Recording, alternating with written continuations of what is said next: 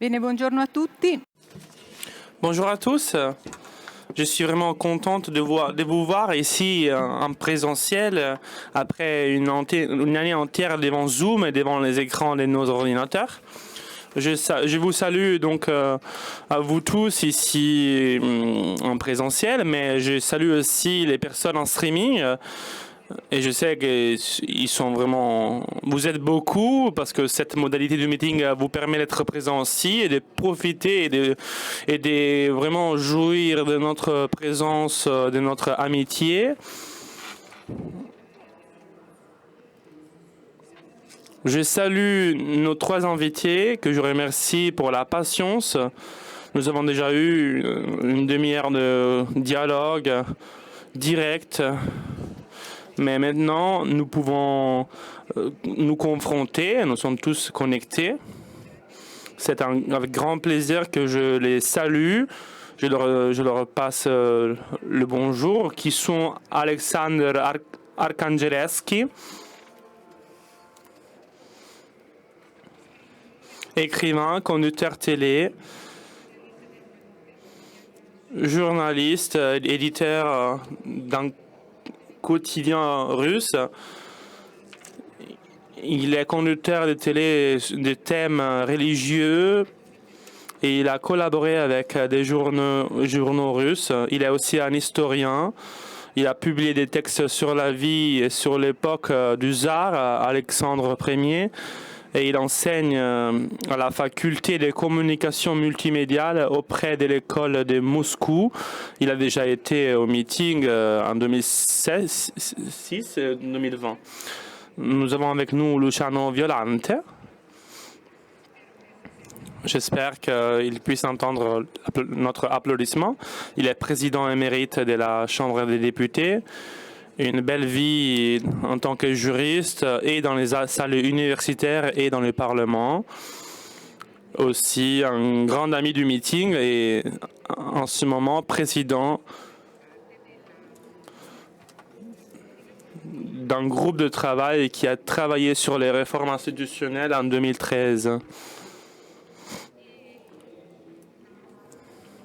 Last but not least, le dernier, mais pas le moins important, Joseph Weiler. Il est un grand protagoniste du meeting depuis beaucoup de temps, à partir de 2005, sans cesse, excepté le 2012, tu as été avec nous toutes les années. Tu es avec nous aujourd'hui aussi, cette année aussi. J'espère que tu puisses profiter de cette modalité du meeting. Et des personnes qui nous écoutent et nous regardent en présentiel et à distance. Démocratie. Aujourd'hui, on reprend ce thème qui, à la conclusion du meeting, il y aura seulement une rencontre à 21h sur le thème de la formation de l'éducation. On en a déjà parlé avec les hommes politiques. Tous les secrétaires des partis italiens étaient présents hier et avec eux on a parlé d'un aspect problématique et dramatique de la démocratie qui est la crise des partis, de leur rapport avec le peuple, avec la société civile et donc avec le mal, avec les drames que l'on a vus dans le domaine de la politique italienne dans ces dernières années, dans ces dernières décennies. Nous avons parlé du rapport État-région et maintenant nous voulons regarder à l'avenir de la démocratie et au courage qu'il nous faut pour la mener de l'avant de la part de la politique, mais non seulement cela, mais aussi parce que la politique, c'est une partie fondamentale de la vie des hommes. Et nous, quand ces meetings, on parle du jeu, du courage de dire jeu, une leçon de Javier Pradesh, sur ce titre, on a assisté à ça. On sait que la politique fait partie de l'expérience humaine.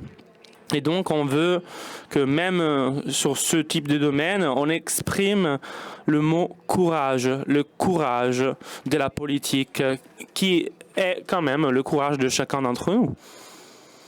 Nous sommes chanceux d'avoir ces trois invités en ce moment actuel, parce que chacun d'entre eux reconnaît un aspect de l'expérience démocratique, parce que on ne peut pas, avec 1 heure de travail, de discussion, reprendre toute la grande théorie de la démocratie qui occupe des volumes et des volumes dans des bibliothèques, des instituts universitaires. Nous voudrions, et pour ce fait, je voudrais commencer. Nous voudrions écouter de leur voix, de leur expérience, de leur histoire et de leurs études, qu'est-ce que c'est dans leur pays et au niveau global la démocratie, pourquoi nous sommes vraiment bien liés à ce mot, et on en voit quand même les limites, les défis, les problématiques, les fragilités aussi. Et surtout, aujourd'hui, nous sommes tous bien touchés par ce qui est en train de se passer en Afghanistan, où la tentative d'exporter la démocratie, bien que le président américain ait nié cette possibilité dans les missions en Afghanistan. Et aujourd'hui, on a vu que ça a été un échec. Mais on veut espérer que même ce moment dramatique puisse nous donner, en réfléchissant sur les problématiques que l'on a vues dans cet événement, on veut aussi qu'on en prenne des leçons pour pouvoir en comprendre et s'améliorer dans notre avenir. Je demande donc à nos invités de parler en 10-2 minutes sur leurs sentiments qui ont quand ils entendent le mot démocratie, et ensuite nous aurions aussi un deuxième moment où on pourra faire le point sur l'avenir concernant la démocratie. Nous respectons l'ordre alphabétique, donc je donne la parole à Alexander Arkhangelski, et nous voulons écouter par lui la voix de la démocratie russe.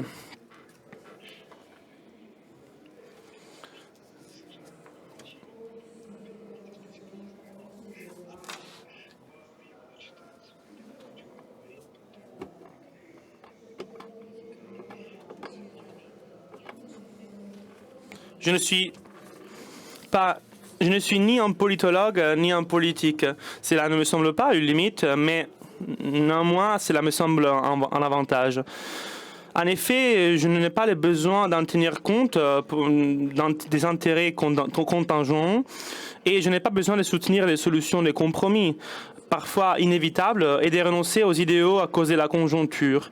À mon avis, c'est important de rappeler une seule chose. La démocratie n'est pas faite d'institutions politiques libres et des procédures transparentes pour prendre des décisions qui puissent être contrôlées par les sociétés. La démocratie est tout d'abord une forme politique de solidarité. Elle permet et carrément, elle oblige à offrir un soutien mutuel au-delà des frontières des États qui peuvent conduire un dialogue à humaniser n'importe quel type de sphère d'activité, de l'économie jusqu'à l'écologie. Pour cela, c'est inévitable qu'elle est liée au principe de la société ouverte. Ouverte parce que on ne se renferme pas aux intérêts nationaux, et dans le sens qu'on ne va pas se défendre par les voisins aux frontières avec nous ou même loin, en levant des murs chinois. Le livre de l'Europe laïque, l'Odyssée, nous rappelle toujours les pèlerins dans ce monde à la recherche de notre Ithaca. Et le livre vraiment centre de l'Europe religieuse, la Bible, nous parle continuellement de l'amour pour le proche, du dialogue avec les Samaritains, de l'unité fraternelle que l'on vit dans la communauté avec le dépassement de sa propre limite ethnique, idéologique et territoriale. Je cite, aller dans le monde entier et annoncer l'évangile à chaque créature, disait le Christ, à chacun sans penser aux frontières. Certes, les démocratiques ne sont pas obligés à lire Homère et à aller à l'église, mais les résines de notre démocratie sont celles-là. Si on prend en considération les événements politiques des 2 dernières années d'un point de vue de ces idéaux, on doit reconnaître que les institutions démocratiques se sont affaiblies, mais elles se sont renforcées les autoritaires et les hybrides. Le problème, ce n'est pas seulement la Chine qui est géante, qui a démontré l'efficience d'un contrôle numérique qu'on peut utiliser même pour le bien, mais clairement, même pour le mal. Les choses sont bien plus complexes. Pendant la pandémie, l'économie et les gens ont souffert, mais beaucoup de politiques occidentaux ont gagné les élections et l'administration en général a vraiment bénéficié de la tragédie. Cela n'existe plus, les gilets jaunes dont on parlait en France, c'est extrêmement diminué, la crise migratoire en Allemagne, et on ne parle plus de problèmes catalans en Espagne. La Commission européenne a vraiment donné des solutions sans rencontrer particulièrement résistance et ainsi de suite. Et tout cela, grâce à quoi? En partie, grâce aux limitations de la liberté. C'est inévitable qu'en époque des situations d'urgence, ça se passe ainsi. Il faut dire que c'est politiquement plus confortable et plus simple. Et avec les gens qui migrent, il y a aussi des problèmes. Et dans la mesure où on a réussi à fermer les frontières, on a réussi quand même à avoir un gouvernement qui était capable de contenir les problèmes. Et il faut dire que Andrei Sakharov, dont on a à peine parlé, rappelé le centenaire, et même le pape Jean-Paul II, qui aurait fait 101 années, avait des paroles de résonance sur les masses, mais je pourrais faire des dizaines de noms non moins grandes, à partir de Luigi Giussani à Václav Havel, de Vladimir Bukovski à Père Alexandre Men. Je n'ai pas certainement le désir de rappeler que le meeting de Rimini, le même mouvement, les Communions de Libération, sont partis de ces grandieux projets d'espoir d'une société solidaire, dans le rêve d'une démocratie chrétienne et d'une démocratie d'idéaux humains. J'ai réalisé un grand projet avec des vidéos interviews aux dissidents soviétiques. Et presque tous, y compris les nationalistes qui étaient persuadés de cela, ont parlé de l'importance des institutions, de la solidarité européenne et américaine qui était existante auparavant. Je le souligne 2 fois, c'était une solidarité non pas d'État, mais civile. Dans le cas du dissident, il savait qu'il ne serait pas laissé tout seul à affronter ses propres problèmes, mais il serait mis dans un forme de soutien, même moral, qui l'aurait vraiment aidé à parler et trouver un système alternatif de solutions. Et ensuite, il y avait aussi les efforts personnels, non pas intellectuels, comme par exemple l'effort de Heinrich Böll. Par contre, aujourd'hui, il y a le risque que les triomphes aient une approche pragmatique. En Afghanistan, ont été abandonnés à leur destin dizaines de milliers de femmes qui ont cru à la possibilité d'exporter leur démocratie, qui ont reçu une instruction, qui ont participé pendant 20 ans à la vie publique. Et maintenant, elles ont été condamnées à rester jusqu'à la fin de leur vie au pouvoir des hommes de la mentalité archaïque.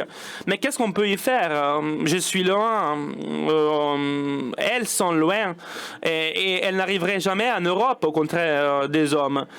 Qui permettrait à une femme seulement d'échapper de sa maison?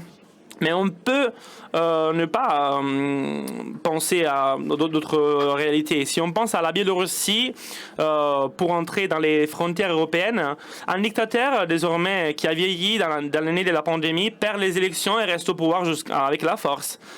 Oui, on a une résistance des masses sans violence. Le dictateur la prend par faiblesse et de son champ ne s'arrête pas face à aucune violence.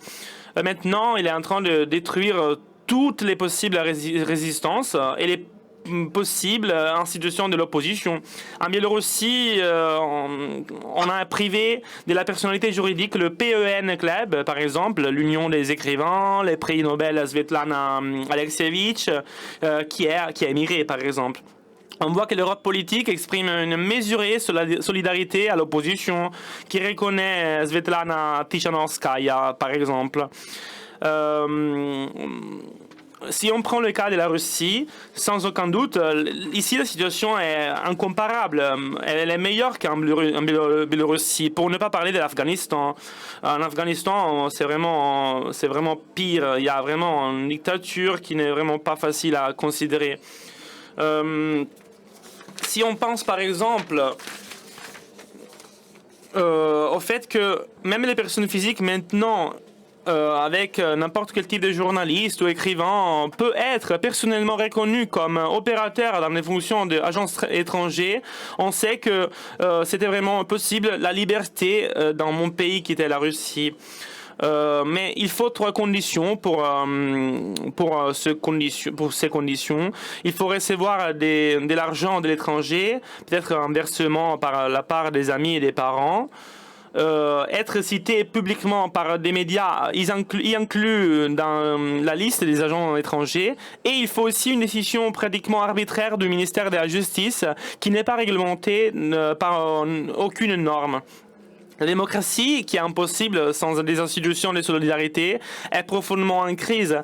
La première chose qu'il faut faire, qu'on voudrait faire, est retourner à un passé compréhensible.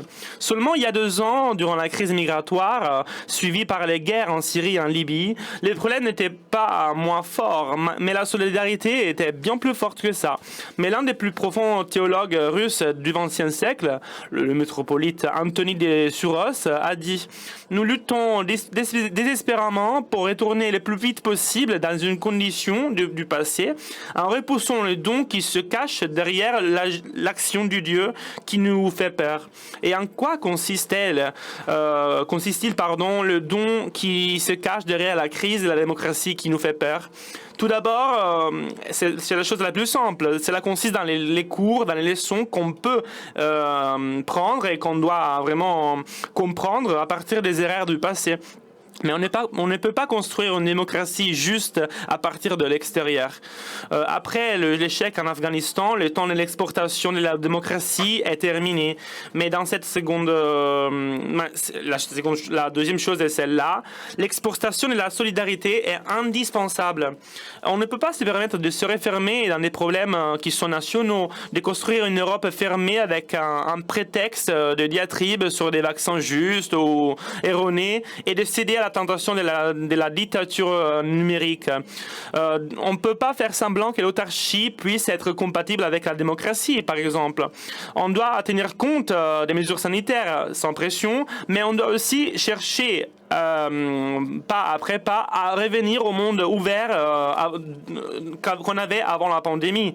C'est un monde peut-être inconfortable pour les gouvernements, mais c'est le seul possible pour les citoyens. Et surtout, nous devons se rappeler que sans cette dimension idéale, la démocratie va dégénérer rapidement et trahira sur elle-même. Et il faut qu'on comprenne que c'est facile de vraiment faire illusion de la démocratie. Il faut retrouver les valeurs universelles. Et de cette manière, pas après pas, vraiment, on devra retrouver un monde que, comme je répète, c'est un monde pas confortable pour les gouvernements. Mais la démocratie doit quand même rester fidèle et loyale à soi-même. Merci.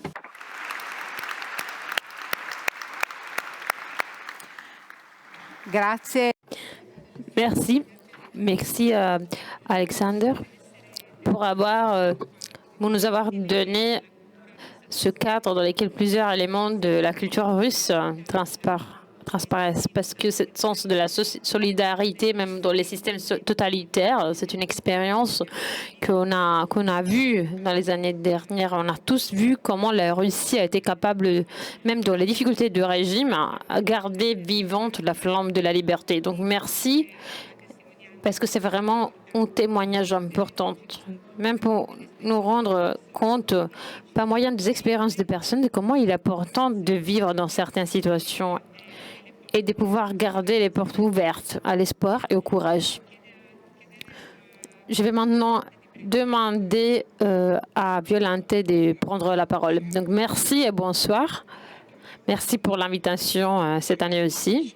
Et j'espère de vous revoir en présence bientôt. Je voudrais commencer avec un paradoxe, c'est-à-dire que la démocratie est critiquée où elle n'est pas là. Elle est désirée, où elle est là. Et elle est désirée où elle n'est pas là. Je pense que la démocratie n'existe pas de la nature. En nature, elle est fruit de l'intelligence. Et donc, elle doit être cultivée. Les droits de liberté, la responsabilité, que c'est un concept fortement lié à la démocratie, tout ça va cultiver. Quand ce concept ne sont pas cultivés, quand ils sont laissés aller, c'est clair que la démocratie devient problématique. Je voudrais analyser de manière rapide les mots qui sont utilisés dans le lexique politique. Démocratie libérale, démocratie imparfaite, semi-autoritarisme, démocratie partielle, démocratie, c'est-à-dire démocratie plus hypocrisie, autoritarisme, régime hybride. Donc, les mots ont été décomposés. Quand les mots sont décomposés, ça veut dire qu'il y a quelque chose de profond au fond qui pousse. C'est-à-dire qui pousse à la nécessité d'une réflexion qu'on cherche ici de faire. Une réflexion profonde. Et ici, on l'a fait sur la démocratie. Donc, tout d'abord, vous citez l'Afghanistan. Il y a un point de fond. C'est-à-dire que la démocratie peut être proposée par persuasion et non pas par pouvoir. Bon, dans la politique, il n'y a pas ces deux éthiques. L'éthique de la persuasion et l'éthique de l'imposition. L'imposition par soi-même va contre le concept de démocratie. Parce que comment je peux imposer à quelqu'un d'être démocratie? Si je l'impose, ça veut dire que je ne suis pas démocratique moi-même. Donc voilà qu'il y a ce type de processus, des faits positifs se sont passés ces dernières 20 années. Les écoles des mix, les femmes ont participé à la vie publique de manière considérable. Et même si on fait des pas en arrière maintenant, mais pourquoi? Parce qu'on n'a pas persuadé l'importance, la convenance de la démocratie et de la compatibilité de la démocratie avec les centres radicaux de l'islam, en admettant toujours que ces points puissent être compatibles. Mais ces discussions n'ont pas été faites. Le troisième point, pourquoi c'est si complexe le fait de faire face avec lucidité au thème de la démocratie? Je crois qu'on est en train d'aller vers un changement d'époque. Et même si on pense à l'analyse faite par le pape François à partir de 2015, au-dessus de nos yeux, on a des changements qui sont vraiment profonds qu'on peut voir.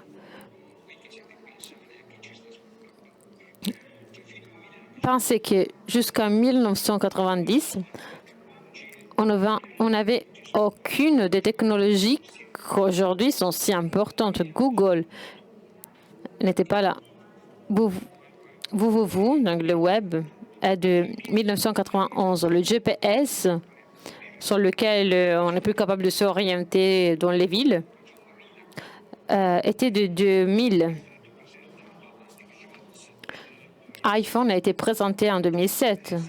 Twitter est toujours de 2007. Facebook est de 2004. Instagram a été lancé en 2010. La plateforme Zoom sur laquelle on communique aujourd'hui a été fondée en 2011. Et alors, je dois rajouter le New Space, donc tout ce qui concerne la conquête spatiale qui a été prise après une décision d'Obama en 2015. Donc tout le monde est en train de changer. Il faut être prudent avec les classifications. Est-ce qu'il faut vraiment faire face au devoir de se demander mais quel sens ont les années qu'on est en train de vivre? Cela est pour moi nécessaire. Mais permettez-moi d'analyser un passage auquel je suis vraiment affectionnée. Le passage du Moyen Âge à la Renaissance a été caractérisé par deux choses. L'imprimerie, la découverte des Amériques, les découvertes géographiques entre la fin du 400 et le début des 500. Et donc, on est passé du Moyen-Âge à la Renaissance. Et aujourd'hui, on a une grande découverte semblable à celle de l'imprimerie, c'est-à-dire le web. Et une grande découverte géographique similaire à celle de l'Amérique, donc la découverte de l'espace. Je ne sais pas, il faut faire attention à faire des comparaisons, mais cela marque un nouveau temps. Pourquoi il est si important de parler d'un changement d'époque? Parce que si on est en cours d'un changement, s'il y a un changement d'époque, cela veut dire que peut-être ce qu'on appelle une crise est en réalité une transformation. Ce sont des transformations vers un monde différent et nouveau. Le caractère traditionnel de la démocratie qu'on connaît doivent être changés, doivent être vus sous une nouvelle lumière, la lumière des nouveautés. Et donc, je pense que ce qu'on appelle crise doit peut-être être considéré comme un passage. J'exprime mon opinion, donc ça dépend de nous, de ce qu'on va faire, si on va avoir des échecs ou des passages. On doit avoir l'intelligence de comprendre ce qui est en train de se passer, ce qui nous arrive. Il faut avoir une pensée plus dynamique. Je pense que parfois on est pris par une nostalgie, par une mémoire du passé. Il faut au contraire regarder en avant. Je vois qu'il y a des jeunes, mais chaque génération, si je parle de la mienne qui est plus âgée, mais plus ancienne, chaque génération a juste eu un saut technologique. Les générations des jeunes d'aujourd'hui vont vivre plus de sauts technologiques. Cela veut dire qu'on a besoin non seulement d'esprit intelligent, mais dynamique et adéquat à l'innovation. Pour cela, je pense que travailler dans ce sens veut dire travailler pour qu'une démocratie et l'avenir soient forts. Donc, il ne faut pas avoir une nostalgie, mais il faut regarder avec attention ce qui se passe maintenant et discuter à nouveau les valeurs de la démocratie pour les défoncer, mais les actualiser dans le monde où on est en train de vivre. Je pense que c'est l'objectif, la responsabilité, les devoirs qu'on a. Ne pas regarder au passé, mais regarder à l'avenir. Non pas un futur générique, mais en ayant présent les conductés, les caractéristiques du monde qui est en train de changer. Merci.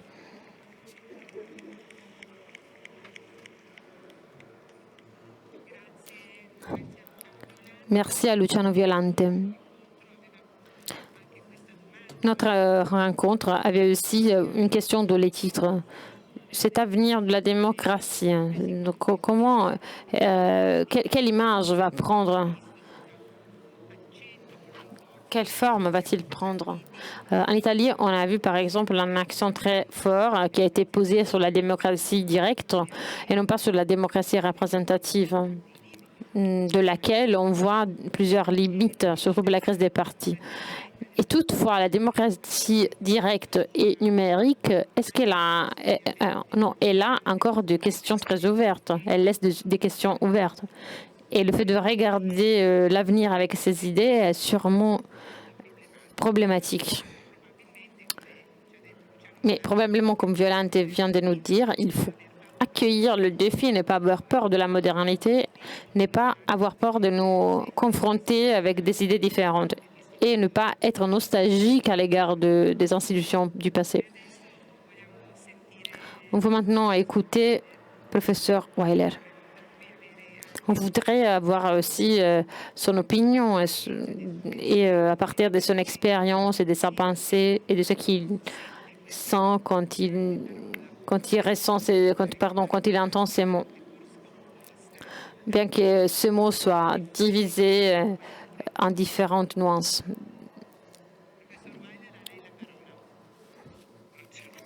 Merci. Cette victoire à Wembley était vraiment belle. J'avais l'impression d'être vraiment italien. Merci. Je suis désolée. Je suis venue 19 fois au meeting parce que je suis venue depuis 2003, pardon, et non pas du 2005. Et aujourd'hui, j'ai l'impression d'être en demi-présence. Et je suis désolée pour deux raisons. La première, que je n'étais pas là-bas à écouter le discours de Prades. Je ne veux pas offenser personne, mais c'était le meilleur discours que j'avais jamais entendu au meeting. La deuxième chose pour laquelle je suis désolée est que je ne pourrais pas donner mon cours sur la Bible. Si j'aurais eu le choix, j'aurais préféré comme thème la Bible et non pas la démocratie. Et troisième point, j'avais l'impression d'être un peu coincée, car le courage d'être c'est les titres, mais quand je pense à la démocratie, le mal-être le plus grand de la démocratie occidentale d'aujourd'hui est qu'il y a trop de jeux, il y a trop de nous. Et donc le défi, ce n'est pas le courage d'être je, mais quel type de jeu je dois être, quel type de jeu je dois avoir le courage d'être. Je vois que le problème le plus grand de la démocratie est le fait que millions et millions d'Européens, non seulement en Pologne, en Hongrie, mais aussi en France, en Italie, semblent refuser les valeurs de la démocratie libérale. Et je ne pense pas que d'un jour à l'autre, tout le monde est devenu fasciste. Non, je ne pense pas. Mais pourquoi alors, si nombre d'Européens, des gens positifs, disent non à la démocratie libérale? D'après moi, la raison principale est une crise des valeurs. Alors vous dites, mais quelle crise des valeurs? Nous, on a des valeurs. Et si je demande quelles sont les valeurs que tous nous, les Européens, on a, alors tout d'un coup, vous direz la démocratie, les droits fondamentaux, l'état de droit. C'est vrai. Ce sont les valeurs essentielles qu'on partage tous. Mais si on pense, si on pense bien, ce sont des valeurs exceptionnelles, car même si ces valeurs sont fondamentales, on ne voudrait pas vivre dans une société sans ce type de valeurs. Dans un certain sens, ces valeurs sont vides. Parce que elles correspondent à des règles de comportement social politique, mais elles n'ont pas un contenu spécifique. La démocratie, c'est une technologie de gouverner, elle est imparfaite, mais elle est meilleure de beaucoup d'autres. Mais il s'agit d'une démocratie. Mais une démocratie des gens mauvaise sera une démocratie mauvaise. Les droits fondamentaux doivent garantir nos libertés. Mais ils ne disent pas quoi faire avec ces libertés. Avec la liberté d'expression, je peux être homophobique. C'est toujours la liberté d'expression. L'état des droits correspond à la démocratie. Un droit mauvais est aussi un droit, une société mauvaise. Donc, qu'est-ce qu'il manque à notre démocratie, à la démocratie occidentale libérale? Je voudrais poser comme postulat, c'est-à-dire que je ne peux pas le prouver, que dans la condition humaine,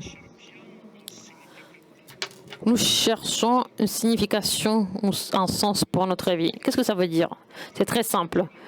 Nous voulons que notre vie puisse avoir un sens, que notre vie ne soit pas seulement égoïste et délignée par un jeu, ma vie, ma famille, que finalement on puisse dire le fait que j'ai vécu a fait une différence, non seulement à mon destin personnel. Voilà ce qui manque à la politique de la démocratie libérale occidentale, dans lesquelles il manque cette signification, cette idée de signification et du sens.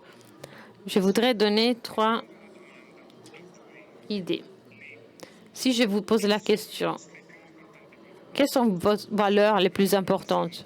J'espère que vous direz comme premier point la foi, mais j'espère qu'un deuxième point, vous pouvez dire, presque personne dirait je suis un patriote italien. Pourquoi non? Parce que le patriotisme désormais, c'est un mauvais mot. Patriotisme veut dire Mussolini, fascisme, etc. Mais cela ne doit pas être comme ça. Il y a une version patriotique fasciste dans laquelle l'individu appartient à l'État. Mais il y a aussi une tradition républicaine dans laquelle l'État appartient à l'individu. Il faut récupérer, car c'est essentiel, dans le mot démocratie, il y a démocratia. Sans un sentiment fort du démos, on ne peut pas avoir une démocratie. Le problème de la polarisation, on se voit en Amérique, on le voit en Grande-Bretagne, en Italie et bien d'autres pays, est qu'il n'y a pas juste la distinction normale, la définition normale, tu es démocratien et moi je suis communiste. La polarisation dit, tu n'es pas un vrai Italien, tu n'es pas un vrai Français, tu n'es pas un vrai Polonais. Et quand on arrive à cette polarisation, on n'a plus de démocratie car on n'a pas de démos. Deuxième élément, les droits. Les droits sont très importants. Les droits fondamentaux, Strasbourg, Luxembourg. Mais le sens des droits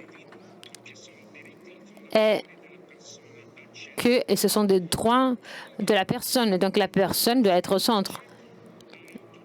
Mais cet individu ne doit pas être centré sur soi-même. C'est là non plus une bonne base pour une société démocratique. Et après, on a la sécularisation. Je ne veux pas ici être comme un évangéliste.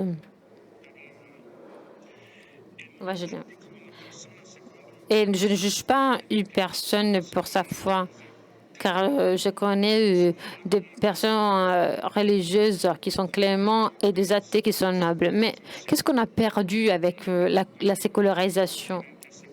Parce que l'Europe est désormais un pays sécularisé. On a perdu quoi? On a perdu la voix.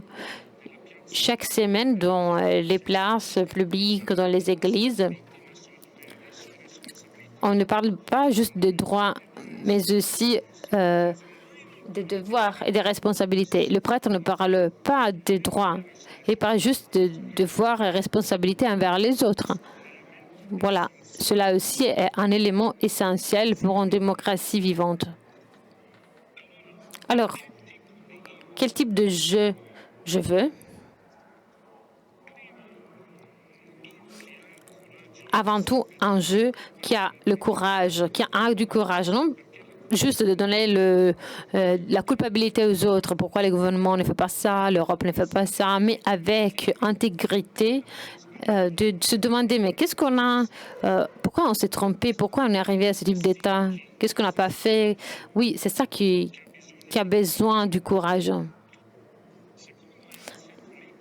Et en deuxième position, je voudrais dire aux politiciens aussi, je voudrais que les politiciens puissent faire parfois quelque chose pour le bien public et sans penser au populisme et au vote, comme la Cartabia a fait de la réforme qu'elle vient de réaliser. Donc, cela, c'est du courage. Non juste de regarder si on est populaire ou pas, mais regarder au bien public.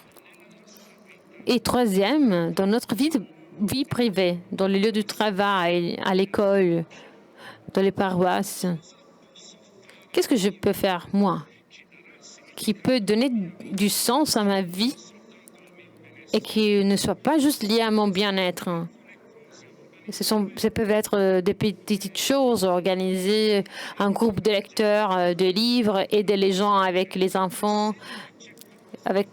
Il y a toujours quelque chose à faire. Si on fait tout ça, alors on arrive à avoir une démocratie vivante. Et cela correspond à du courage. Ne pas donner la culpabilité aux autres, mais se demander qu'est-ce que je peux faire. Et finalement, en étant un agent des foi, avec d'humilité et non pas d'orgueil. Il faut s'émettre de la place publique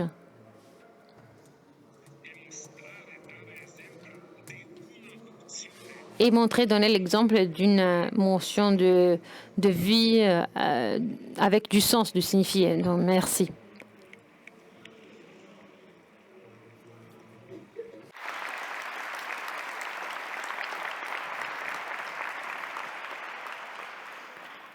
Grazie anche al professor Weiler perché Merci même au professeur Weiler parce qu'il nous a dit des choses qui nous touchent directement. Dans ce sens, le courage de dire je, le courage de la politique touche directement l'expérience de chacun d'entre nous et dans nous que dans quelque manière est la base de la démocratie. Nous, dans notre constitution, nous avons des paroles même très belles.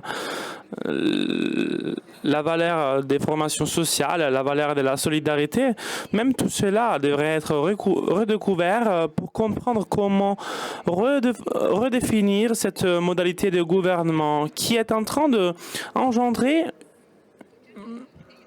un mécontentement aussi et de la déception dans les personnes. Dans un sondage récent sur la démocratie, beaucoup de jeunes en Italie se sont considérés déçus et du reste, quand on voit la diminution de la participation aux élections, qui est quand même une donnée très valide et qui est quand même une chose très adaptée pour la démocratie, on voit quand même qu'on s'éloigne de l'expérience humaine de la démocratie. Et nous avons vraiment des inspirations à partir de ces premières interventions que l'on a entendues ce soir. Et j'aimerais, selon une logique de dialogue, pouvoir approfondir ces inspirations. Il me semble que la belle inspiration qui provient de la première intervention et même celle des autres interventions, c'est un rappel à la solidarité, le fait d'être ensemble, même à un niveau international, comme le rappelait le professeur et docteur Arcangheleschi, quand il y avait la situation de dictature en Russie, nous avions tous travaillé pour être solidales avec la dissidence. Nous avons lu les textes, nous avons fait des voyages, nous avons soutenu des expériences alternatives. Il me plairait si Giovanna Parevicini pouvait traduire cette question, comprendre comment aujourd'hui on pouvait faire vivre dans l'expérience de la société civile européenne et dans l'expérience civile russe, comment pouvons-nous aider, soutenir, faire grandir ceux qui sont dans quelque type de difficultés, ceux qui ont peut-être été touchés par des lois injustes. Donc la question très simple est comment faire pour faire en sorte d'être plus solidaire et soutenir l'expérience de ceux qui aiment la démocratie dans n'importe quel pays se trouve, en particulier dans votre pays, la Russie. Est-ce que c'est compréhensible? Oui. Merci pour cette possibilité de parler. Encore une fois, je ne peux pas donner des conseils à mes amis européens. Je peux toutefois dire comment nous, dans notre pays, essayons de travailler sur la solidarité. Par exemple, il y a cette organisation Bain Club. Nous, clairement, nous ne pouvons pas libérer nos collègues journalistes par les persécutions, par les harcèlements et par les statuts d'agents étrangers. Mais on ne reste pas en silence. Nous faisons des déclarations, nous essayons de travailler avec les consortiums des journalistes internationaux et de cette manière, personne ne pourra dire de ne pas savoir que se passe-t-il et quelles conséquences il y a. Parfois, on arrive à signer des initiatives législatives et parfois non. Et quand on parle de démocratie hybride, clairement, il ne s'agit pas d'une véritable démocratie, mais toutefois, on arrive à conserver, au moins dans la société civile, et être utile pour faire naître des ponts entre la démocratie intellectuelle, qui est de plus en plus en croissance, et la société russe. C'est pour cela que je ne donne pas des conseils à mes amis européens, mais nous, en tant que Russes, si on essaie de faire tout ce qui est en notre pouvoir, et on continuera de le faire. Et le courage sert non seulement pour parler, mais pour continuer aussi à tendre une main en silence à ceux qui en ont besoin. Et beaucoup de fois, le courage est demandé seulement pour pouvoir citer des noms de médias, des journalistes, et pour pouvoir continuer de cette manière à les soutenir. Je veux souligner le fait que une personne qui est démarquée comme agent étranger ne peut plus enseigner, ne peut plus sortir ni entrer de son propre pays. Et il devient dans son propre pays un rejeté. Et il a besoin qu'on parle de lui. Il a besoin qu'on le soutienne parce qu'on doit arrêter la peur. Ce n'est pas une lutte politique. Nous ne faisons pas partie de la politique, du système politique comme on le connaît. Mais de l'autre côté, on comprend qu'il y a un travail très grand sur le domaine de la société civile. Et c'est vraiment fondamental parce que notre bataille est en train de se déplacer sur ce point. Donc, ce sont elles les personnes qui ont besoin d'une aide, qui ont besoin de solidarité, qui existent dans notre pays, mais qui doit aussi se diffuser dans le contexte international et dans les autres pays. Merci. Merci vraiment. Nous avons toujours essayé, même dans le passé, de soutenir et d'aider ceux qui avaient une situation politique un peu particulière, délicate et problématique. Nous sommes très contents de pouvoir entendre la voix de quelqu'un qui est immergé dans une situation particulière et qui essaie d'être vivant et qui essaie d'avoir le courage d'être non pas politique, mais présent dans la société civile. Luciano Violante. Tu as parlé de changement d'époque, tu as parlé d'une crise qui a une transformation. Mais qu'est-ce que cela peut être, cette transformation? Nous avons entendu même la voix du professeur Weiler qui a exhorté à la solidarité, à la présence au travail social, à la relation. Comment donc on peut amener tout cela dans le domaine de la politique? On parle déjà des politiques, mais il y a aussi les institutions. Même aussi dans le domaine des institutions, on devrait réaliser une présence. À toi la parole. Merci. Il faut une confrontation par les expériences différentes. Ceux qui disaient maintenant notre ami russe, c'est vraiment quelque chose où on voit la nécessité de solidarité et amitié pour des personnes qui vivent dans des conditions difficiles. La deuxième question provient d'une réflexion sur le passage des mots de Weiler. On a besoin de reconstruire les communautés. Il y a vraiment des personnes trop seules dans notre société. Et dans ce cadre, je crois que la démocratie devrait être entendue comme technologie de la coexistence, du respect de la dignité de l'autre. Je crois que c'est une chose fondamentale. Sans respect de la dignité de l'autre, il n'y a pas de démocratie. Et je crois que c'est une valeur non pas légale, non pas politique, mais c'est une valeur vraiment universelle. Dans ce cadre, je crois que on a besoin de courage. Et le courage est l'un des courages les plus importants qui pourrait y être, est celui de ne pas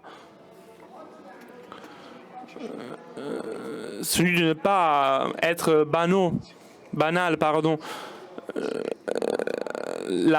Le changement, il est fait parfois par les minorités. Il faut avoir quand même confiance dans les valeurs que l'on a et on doit s'engager pour changer quand même la société pour ce qui nous est possible.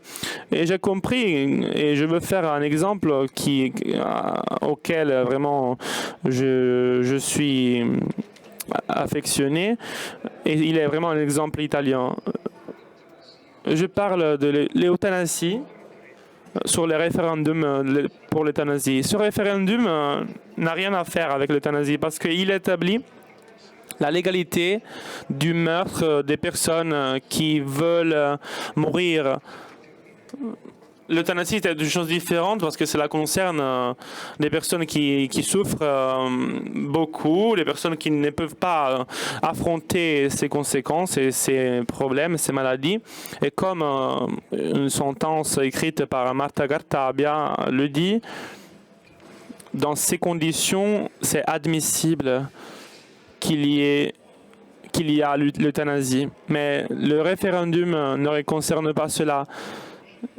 Il concerne de rendre légal le meurtre d'une personne qui veut être tuée. Je crois qu'il y a un problème de fond. Le problème de la vie est fondamental. On ne peut pas être narcissiste ou cynique face à ce type de choses. Et quand on discute de la valeur de la vie, on discute de quelque chose d'universel, parce que dans ce sens, je parle d'une valeur laïque et je respecte les autres types d'interprétations, clairement. Mais je crois que l'on a ce type de problème. On ne doit pas rester figé et être banal dans les autres avis. Il faut avoir quand même confiance et il faut quand même être persuadé par la positivité des valeurs de la démocratie et on doit quand même arrêter. On a des petits problèmes de connexion. Je crois que continuer de penser et de s'engager, c'est la recette la meilleure pour dépasser tous les problèmes dans lesquels on est, en analysant jour après jour ce qu'il est en train de se passer et en prenant du sens pour l'avenir. C'est ce que je pense pour former une bonne démocratie. Merci. Grazie anche a Luciano Violante. Grazie anche per aver ricordato. Merci pour nous avoir rappelé aussi le débat italien sur le thème de l'euthanasie, car c'est un débat auquel on devra participer. J'aime bien me rappeler d'une phrase que je lisais ce matin sur un article de Violante qui, après avoir dit ce qu'il vient de nous dire, a dit quelque chose qui m'a vraiment frappé. Il a dit que les bonnes intentions, parce que souvent ces faits arrivent par des gens qui ont apparemment de bonnes intentions. Bon, ces bonnes intentions ne donnent pas une solution à des conséquences mauvaises. Il y aura plus tard du temps de discuter à propos de ça. Et certainement, le thème de la solidarité implique les plus faibles. Et la démocratie elle-même implique les plus faibles, comme Sandel et d'autres théoriciens disaient. Si la démocratie oublie la solidarité, elle est destinée à se vider de l'intérieur. Donc, au professeur Weiler, je voudrais demander une dernière considération, une dernière pensée. La question des droits, des devoirs, est basilaire. De Cicerone, à partir de Cicerone, les sociétés se basent sur l'exercice des devoirs, même en contraposition à ceux qui n'acceptent pas toute la thématique de droit, qui sont très importants à rappeler. Je voudrais approfondir le thème du patriotisme, car le patriotisme peut être un facteur de solidarité. C'est pas nécessaire de faire des marches sur Rome pour être patriotique, mais le patriotisme, l'amour pour la patrie, comment il entre dans la pensée sur la démocratie?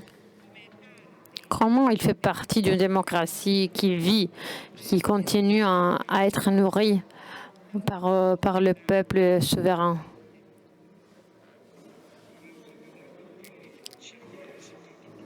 En voyant qu'on n'a que 10 minutes,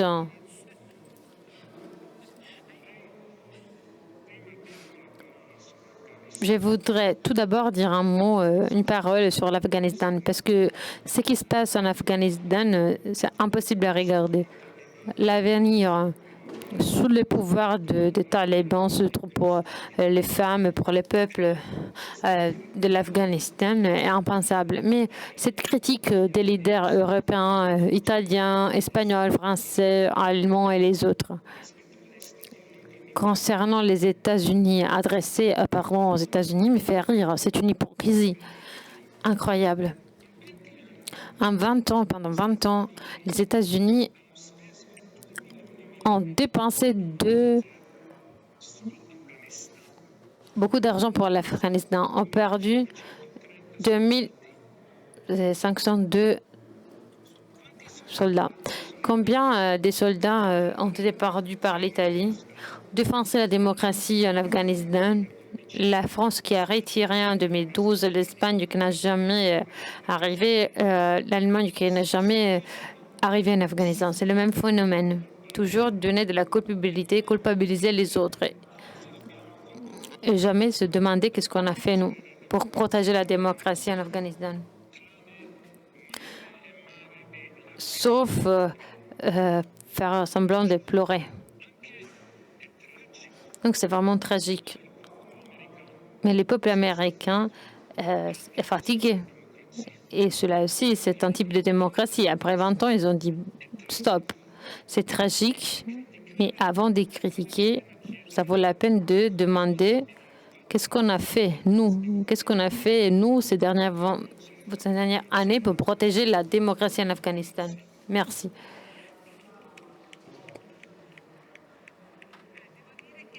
Je dois dire que ce thème sur l'un des articles du Suicidar a été rapporté de force, car le sacrifice des soldats américains ne peut pas nous laisser indifférents. Les leaders européens aujourd'hui ont l'intention à culpabiliser des autres et à donner aux autres des responsabilités que l'Europe n'a pas gardées, et que le sens de la solidarité, par exemple, adressée aux réfugiés ou aux migrants, a été vraiment faible pendant ces dernières années en Europe. Je voudrais ajouter une petite chose, et que ces jours nous a vraiment impliqués. Je le dis en disant avec humilité, comme le professeur Weil a demandé. On a vu ces derniers jours, des choses vraiment nobles qui ont été faites par les soldats, par les personnes simples, les personnes qui sont là-bas et qui aident les gens à sortir de la situation de l'Afghanistan et à retrouver peut-être dans notre ou d'autres pays le lieu d'une vie plus digne. Sans oublier millions et millions de personnes qui resteront là-bas. Mais même de ce rappel, je te remercie, car ça fait partie de la manière avec laquelle nous devons lire l'histoire. Il faut regarder à l'histoire toujours avec du réalisme, mais aussi en se demandant qu'est-ce qu'on peut faire.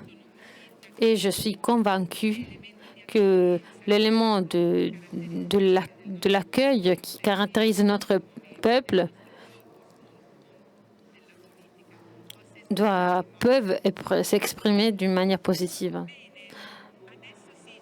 Merci. Alors, on doit conclure. On n'a que quelques minutes, donc je vais remercier nos invités. Je crois qu'on a eu un exemple de démocratie pratiquée, exercée, connaître les situations différentes, regarder envers l'avenir, entendre aussi une critique à l'égard de certains choix que certains pays sont en train de faire est très important, car l'avenir de la démocratie est une expérience qu'on peut faire. Et le courage de la politique est tout d'abord le courage de chacun de nous. Donc, je remercie tout le monde. Je remercie aussi ceux qui nous ont écoutés. Et je remercie ceux qui nous ont écoutés de loin. Et permettez-moi de conclure, de terminer avec un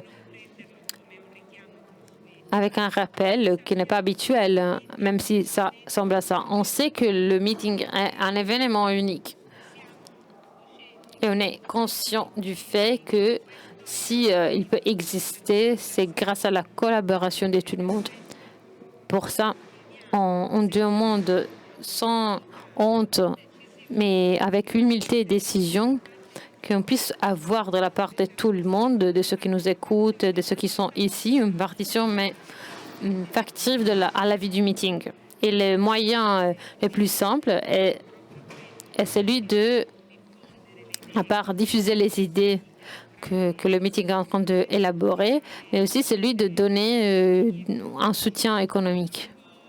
Donc, tout autour de la foire du meeting, il y a des postations, des positions de dona ora caractérisées par un cœur rouge. Et ces donations doivent se passer uniquement au desk dédié, consacré à ça. Pardon. Donc, ne laissez pas de l'argent partout, mais essayez de trouver ces points et chercher les bénévoles qui ont un t-shirt rouge et vous devez vous adresser à eux si vous voulez offrir quelque chose. Et sans de la gratuité, on ne peut pas penser au meeting. Donc la gratuité du temps, des bénévoles, des invités, le meeting, ce ne serait pas possible. Et même sans la gratuité de ceux qui offrent, même juste une partie de leur argent, afin que même aussi l'année prochaine, on puisse se retrouver ici. Votre soutien est un don qui ouvre au monde. Bon meeting et bon prochain meeting.